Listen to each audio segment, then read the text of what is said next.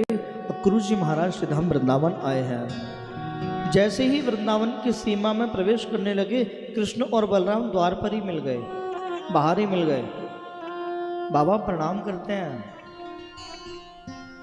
काका प्रणाम करें। काका बोले, आपको सब पता है कि मैं ब्रजमंडल में क्यों आया हूं। कन्हैया की आंखों में आंसू आ गए। काका तुम लेने आ तो गए हो, लेकिन ध्यान रखना, तुम तो क्या विधाता ब्रह्मा भी अगर मुझे लेने के लिए आ जाए तो यशोदा मैया से मुझे दूर नहीं कर सकते। विधाता ब्रह्मा की भी इतनी ताकत नहीं है जो मुझे यशोदा से दूर कर दे। बलराम जी बोले, मुझे भी साथ में जोड़ना, ऐसा ना हो कि तुम कृष्ण को ही लेके चले जाओ, मैं भी साथ में चलूंगा। आज अक्रूर जी महाराज मेरे नंद बाबा के महल में आए हैं। यशोदा मैया बड़ी प्रसन्न भई। ओहो अक्रूर भैया, बड़े दिन बाद आए, कैसे आना भैया तुम्हारो। भैया बैठो, बड़ी प्रसन्न भई। अरे अक्रूर जी आप आ गए।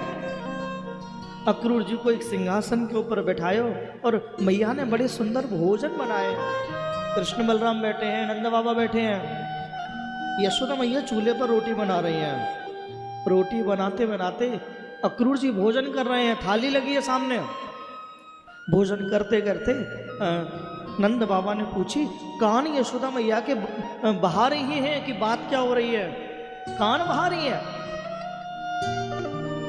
भैया ये बताओ कि तुम वृंदावन कैसे आए हो, आपका आने का, वृंदावन आने का प्रयोजन क्या है। अक्रूर के मुंह से निकल गया कि भैया मैं वृंदावन आया हूं कृष्ण और बलराम को ले जाने के लिए।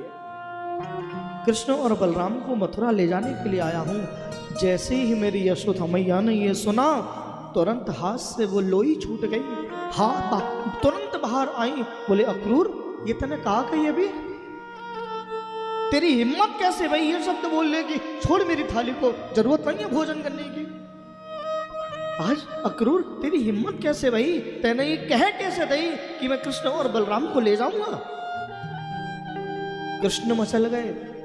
बोले, मैया तैने कब से, हमें 11 साल हो गए घर से निकलने नहीं दिया, कहीं तो जाने दे हमें। यशोदा मैया की आंखों में आंसू आ गए। बेटा जब तक तेरी यशोदा जिंदा है तब तक तो ब्रह्मा भी यहां से ना ले जा सके। या अक्रूर की कहा बने, या अक्रूर की इतनी औकात नहीं है कि तो मेरी नजरन के सामने से ले जाए। पूरे ब्रजमंडल में आवाज गूंज गई कि कोई अक्रूर आया है और कृष्ण और बलराम को ले जाने के लिए आया है। तुरंत मधुमंगल ने अपना हल हाथ में ले लियो। सीताम्मा बोलो, भैया ये हल काय को लेके जा रहा हो। बोले, छोड़ूंगा नहीं मैं अक्रूर को, बाकी हिम्मत कैसे भाई मेरे श्याम सुंदर को ले जावे की, बाकी सर पे मार दूंगा जा हले, तेरी हिम्मत कैसे भाई मेरे कन्हैया को ले जावे की। द्वार पर ना जाने कितने बछड़े, कितनी गैयाएं, बाल गोपाल सब द्वार पर खड़े हैं। बोले, हम कृष्ण को जाने नहीं देंगे। आज देखते हैं कि अक्रूर की हिम्मत कैसे भाई कृष्ण को ले जाने की, कहने की। मेरी यशोदा मैया द्वार पर ही बैठ गई, दीवार से पीठ लगाई और दीवार से पीठ लगा के बैठ गई कि मैं लाला को जाने नहीं दूंगी, मैं लाला को जाने नहीं दूंगी। और कहते कहते मेरी यशोदा मैया को नींद आ गई, सो गई मैया। सुबह प्रातः काल मेरे कृष्ण उठे, देखा कि यशोदा मैया सो रही हैं। मन में सोचने लगे कि अगर मैंने इन्हें उठा दिया तो किसी की हिम्मत नहीं है जो मुझे यहाँ से ले जाए। दूर से ही यशोदा मैया को प्रणाम किया है। जैसे ही द्वार खोला है, मानो हजारों लाखों बछड़े मेरे कन्हैया की ओर दौड़ पड़े। कौन सी गलती भाई, कौन सी ऐसी गलती भाई जो कन्हैया तुम हमें वृंदावन छोड़ के जा रहे हो। मधुमंगल गुस्सा में बाहर आयो, लाला बता कौन है जो तू को ले आया है, आज बाकी हत्या कर दूंगा मैं। कन्हैया बोले, भैया ऐसो ना बोले करें, अक्रूर जी है। रथ में बैठे, बोले भैया जल्दी चलो, जल्दी चलो यहाँ से। अक्रूर जी बोले, क्या हुआ। बोले, जब तक ये यशोदा सो रही है ना, मेरे को जल्दी यहाँ से ले चलो, अगर ये उठ गई तो तुम्हारे बस की नहीं है जो मुझे यहाँ से ले जाओगे। आज रथ में बैठकर के कृष्ण और बलराम जैसे ही चलने लगे, वृंदावन की सीमा से थोड़ी सी ही दूर वो रथ पहुंचा, तुरंत पीछे से मेरी यशोदा मैया दौड़ी दौड़ी आई, अरे भैया रथ को रोको, अरे कोई रथ को रोको, मेरे रथ को रोको। जैसे ही मेरे कन्हैया ने देखा ये तो यशोदा मैया आ रही है, तुरंत मेरे कन्हैया ने रथ को रुकवाया और उतर के गए हैं, मेरी यशोदा मैया के शरीर से लिपट गए हैं। आज मेरी यशोदा मैया ने कन्हैया को कस के पकड़ा है। लाला मोकू तो आज पता चली है कि तू मेरा बेटा नहीं है, तू मेरो लाला ना है, मैंने तो तेरी बस सेवा करी है, तो को पालो है बस। कन्हैया की हिलकरियां छूट गई, बोले मैया ऐसी बात मत कर, तू मैं तेरो ही बेटा हूं। बोले कैसी बात करे तू, एक छटाक माखन के काजल मैंने तो को मटके उखल से बांध दिया, कैसे बात करे तू, मैं तेरो बेटा नहीं, तू मेरो बेटा नहीं है। यशोदा मैया के मैं लाला भूल जाइयो वह बंधन को। कन्हैया बोले मैया ऐसी बात ने मत करे, मैं तेरो ही बेटा हूं। लाला मोको तो आज पता चली है तू तो वह देवकी को बेटा है, मैं तो तुमको अपना मान करके पाल रही हूं। आज मेरी यशोदा मैया को बहुत शांत किया, पर यशोदा शांत होने का नाम ही नहीं लेती।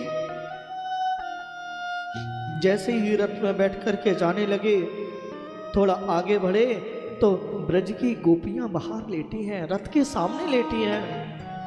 जाने नहीं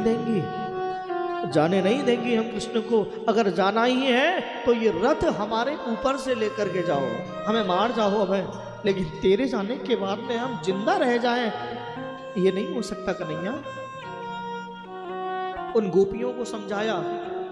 जैसे ही थोड़ा सा आगे बढ़े, एक पहाड़ी पर से, एक मंदिर पर से एक रक्त की धारा बहती हुई आ रही है। मेरे श्याम सुंदर के रथ के सामने जैसे ही वो रक्त की धारा आई, मेरे कन्हैया रथ से कूद पड़े हैं, और जैसे ही उस पहाड़ी पर जाकर के देखा है तो माता गौरा का मंदिर है, और मंदिर में मेरी किशोरी जी खड़ी है और घंटी निनाद करती है, कैसे भी करके मेरे कृष्ण को रोक लो, नहीं रह पाएंगे हम। मेरी किशोरी जी को मेरे श्याम सुंदर ने समझाया, बोले राधा तुम जानती हो ना, श्री दामा ने ही श्राप दिया है कि 100 वर्षों तक तुम्हें और मुझे दूर रहना पड़ेगा। ये 100 वर्षों का ही तो श्राप है जो मुझे और तुम्हें दूर रहना पड़ेगा।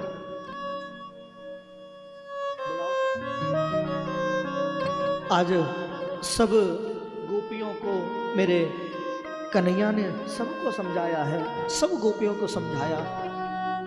बोले ये सब मेरी लीला है, और अगर मैं वृंदावन से नहीं गया और अगर मैं मथुरा नहीं गया तो मेरी ये आगे की लीलाएं पूरी नहीं होंगी। नरी नरी नरी नरी नरी